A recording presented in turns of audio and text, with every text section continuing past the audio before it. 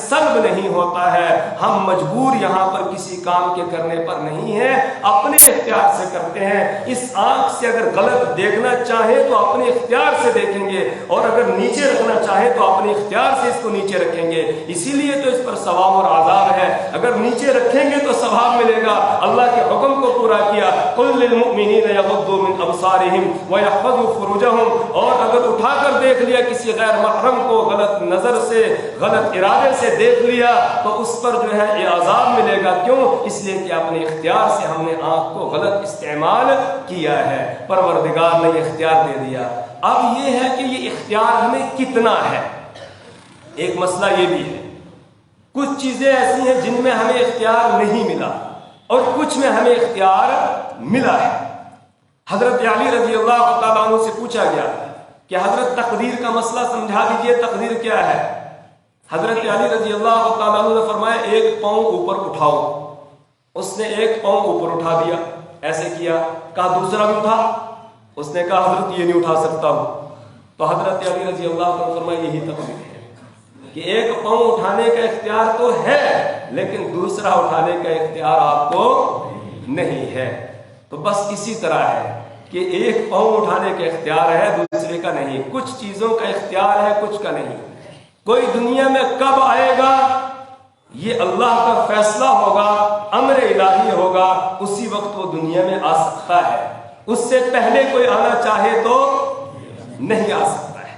اس سے پہلے کوئی آنا چاہے تو نہیں آ سکتا ہے. اس چیز کا ہم کو اختیار نہیں دیا گیا. جی اسی طرح کوئی یہ تمنا کرے میں کہیں سید کے گھر میں ہوتا تو کوئی سید کے گھر میں آنا چاہے تو اپنے ارادے اور اختیار سے وہاں آ نہیں سکتا ہے. اللہ جس کو سید کے گھر میں بھیجے گا وہ سید کے گھر میں آئے گا، جس کو کسی دوسرے گھر میں بھیجے گا وہ وہاں پر آئے گا. کوئی یہ تمنا کرے فلاں عالم فلاں بزرگ اس کے گھر میں آ جاؤں، اس کے گھر میں میری پیدائش ہو، تو یہ تمنا پوری نہیں ہوگی. یہ امر الہی ہوگا، جس کے جہاں آنے کا وہ وہیں پر آ سکتا ہے، اپنی مرضی سے نہیں آ سکتا ہے. اس کا ہمیں اختیار نہیں دیا گیا. ہاں عمل کے اعتبار سے دنیا میں ہم کو کیا دیا گیا؟ اختیار دے دیا گیا. تو پیدائش میں ہمیں اختیار نہیں دیا گیا. اسی طریقے سے کوئی یہ تمنا کرے کہ میری موت مدینہ منورہ میں ہو، اللہ کرے ہم سب کی، اللہ کرے ہم سب کو وہاں کی مٹی نصیب ہو جائے. جو جنت البقیع میں دفن ہوگا وہ تو بغیر حساب کتاب کے جنت میں جائے گا. رسول پاک صلی اللہ علیہ وسلم اس کی سفارش کریں گے، شفاعت کریں گے، اللہ ہمیں وہاں کی مٹی نصیب کرے. لیکن تمنا کرنے سے وہاں موت آئے گی نہیں، وہ ہمارے اختیار میں نہیں ہے. وہ اللہ نے جہاں لکھی ہوگی وہیں پر آئے گی. اللہ نے جہاں لکھی ہوگی وہیں آئے گی. ہم سو جو ہے چاہیں گے لیکن نہیں آ سکتی ہے. ہاں کبھی ہماری چاہت ہو اور اللہ نے بھی لکھی ہو تو وہاں بھی آ سکتی ہے. اللہ نے بھی لکھ دی تو وہیں آ سکتی ہے. تو اس چیز کا اختیار ہمیں نہیں دیا گیا ہے. تو کچھ اختیار ہے، کچھ اختیار نہیں ہے. کچھ چیزوں کا اختیار ہے، کچھ کا اختیار نہیں ہے. ان میں ہم اللہ کے امر کے محتاج ہیں. اس کا امر ہوگا، فیصلہ ہوگا تبھی ہو سکتا ہے، اس کے بغیر نہیں ہو سکتا ہے. اب مجھے اور آپ کو معلوم ہی نہیں ہے کہ ہماری تقدیر میں کیا لکھا ہوا ہے. نماز پڑھنا لکھا ہے یا نہیں لکھا ہے وہ تو اللہ کو معلوم ہے، ہمیں معلوم نہیں. البتہ ہمیں اختیار دیا گیا ہے. پڑھنا چاہو تو پڑھ سکتے ہو، نہ پڑھنا چاہو تو مجبور تمہیں نہیں کیا جائے. اور باہر کے اللہ تعالیٰ تمہیں لائے گا نہیں، بلکہ خود ہی تمہیں اپنے پیروں سے چل کر آنا ہے. وہ زبردستی کسی کو لائے گا نہیں. تو یہ اختیار اللہ تعالیٰ نے ہم کو دے دیا ہے. اب ایک تیسرا مسئلہ یہ جو ہے من قدر خیرہ و شرہ من اللہ تعالیٰ، اچھی اور بری تقدیر اللہ کی جانب سے ہے. اچھی تقدیر تو ہم کو سب کو سمجھ میں آ ہی جاتی ہے کہ اچھی حالت پیش آ جائے کچھ پہ جو کہ اللہ کا شکر ہے، اللہ نے ہمیں یہ حالت یہ کیا. لیکن بری تقدیر کیا ہے؟ جو تقدیر شر ہے اس کا مطلب کیا ہے؟ یہ تقدیر شر میرے اور آپ کے اعتبار سے تقدیر شر ہے، اللہ کے اعتبار سے تقدیر شر نہیں ہے. میری اور آپ کی خواہش اور تمنا کے خلاف ہوتا ہے، ہم سمجھتے ہیں یہ غلط ہو گیا، لیکن اللہ کے یہاں وہ غلط نہیں ہوتا ہے، بلکہ وہ بالکل کیا ہوتا ہے؟ صحیح ہوتا ہے اور عادل ہوتا ہے اور انصاف ہوتا ہے اور بندے کے حق میں وہ بہتر ہوتا ہے۔ مثال کے طور پر ایک آدمی شادی کرتا ہے، نکاح کرتا ہے، نکاح کے بعد ان دونوں میاں بیوی کی سب سے زیادہ جو تمنا ہوتی ہے وہ یہ ہے کہ ان کو کوئی بچہ مل جائے۔ اب بچہ مل گیا، بہت خوش ہیں، اللہ نے ہمیں بچہ دے دیا، 6 مہینے کا بچہ ہوا، اس کے بعد اس بچے کا انتقال ہو گیا، ہماری خواہش اور تمنا کے اور امید کے خلاف ہو گیا، تو ہمیں یہ اچھا لگتا ہے؟ کوئی کہے گا اچھا ہوا؟ نہیں، ہر آدمی اس کو غم زدہ ہوتا ہے۔ اللہ کے حبیب محمد عربی صلی اللہ علیہ وسلم حضرت ابراہیم آپ کے بیٹے ہاتھ میں اٹھایا ہے اور حدیث میں ہے کہ آخری ہچکیاں ان کی نکل رہی تھی، اللہ کے محبوب صلی اللہ علیہ وسلم کی آنکھوں سے آنسو جاری ہیں۔ صحابہ نے کہ یا رسول اللہ آپ تو کہتے ہیں رونا نہیں، آپ خود رو رہے۔ آپ نے فرمایا کہ جو رونے سے میں نے منع کیا ہے وہ چیخ چیخ کر آواز نکال کر رونا منع ہے، لیکن اللہ نے انسان کو دل دیا ہے اور دل میں بچے کی محبت ہے، اس کی جدائی پر آنسو تو بہیں گے، اس کی جدائی پر آنسو تو بہیں گے۔ تو اب بظاہر ہمیں لگتا ہے کہ یہ ہمارے لیے اچھا نہیں ہوا، لیکن اللہ کے فیصلے میں یہ ہے کہ اگر یہ بچہ بڑا ہو جائے گا، بڑا ہونے کے بعد معلوم نہیں کیسے کیسے گندے کام کرے گا، اس کا باپ بھی بدنام ہو جائے گا، اس کی ماں بھی بدنام ہو جائے گی، اور ماں باپ کو بچہ ایک ملا ہے، اس سے محبت ہوگی اور اس کی محبت میں کہیں وہ بھی گمراہ نہ ہو جائے، تو اس لیے اللہ نے 6 مہینے پر ہی اس کو اپنے پاس بلا لیا، اور بلانے کے بعد ماں باپ کے لیے اس کو ذخیرہ بنا دیا، ماں باپ کے لیے ذخیرہ بنا دیا، سفارشی بنا دیا۔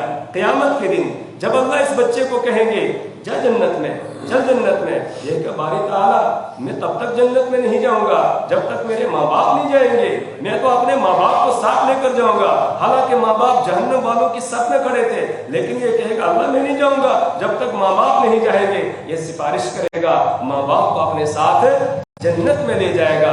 اب بتائیے اس کے رہنے میں فائدہ تھا یا لے جانے میں فائدہ تھا؟ جی لے جانے میں فائدہ تھا، لیکن ہمارے اعتبار سے یہ تقدیر شر ہے، اللہ کے یہاں یہ تقدیر شر نہیں ہے۔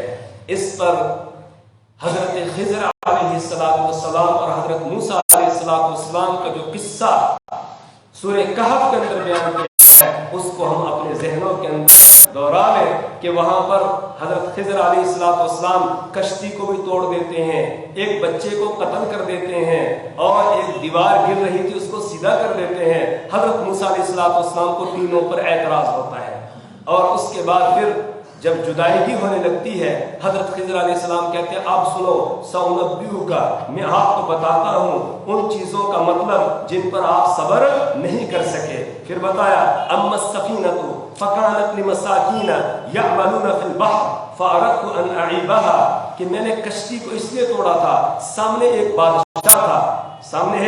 بادشاہ تھا جو ظالم ہے، وہ جو صحیح سالم کشتی دیکھتا تھا اس کو چھین لیتا تھا، اس لیے میں نے اس کو عیبدار کر دیا تاکہ ان کی کشتی بچی رہے اور وہ چھین نہ سکے۔ آج یہ بات ہمیں سمجھ میں آتی ہے، آ رہی ہے سمجھ میں اس وقت کے نہیں؟ جی جنہوں نے بڑے بڑے بنائے تھے، خوب جو ہے وہ دوسروں پر اپنی برتری کو ظاہر کر رہے تھے، توڑے جا رہے ہیں، اور جو بیچارے ویسے ہی رہے، غربت کی زندگی بسر کرتے رہے، جھونپڑیوں میں رہے، ان کو ابھی چھیڑا نہیں جا رہا ہے۔ تو سمجھ میں آ گیا نا کہ اگر عیب دار ہوتے تو پھر نہ چھیڑا جاتا، عیب نہیں رکھا اس لیے چھیڑا جا رہا ہے، چھوڑا نہیں جا رہا ہے۔ تو اسی طریقے سے آگے اب وقت زیادہ ہو گیا ہے، انشاءاللہ یہ واقعہ اگلے جمعے کو میں تفصیل کے ساتھ بتاؤں گا، اور اس کے ذریعے سے کیسے تقدیر خیر اور تقدیر شر نکلتی ہے یہ انشاءاللہ میں بیان کرنے کی کوشش کروں گا۔ اللہ سے دعا کرے پروردگار ہمیں اعمال صالحہ کی توفیق عطا فرمائے۔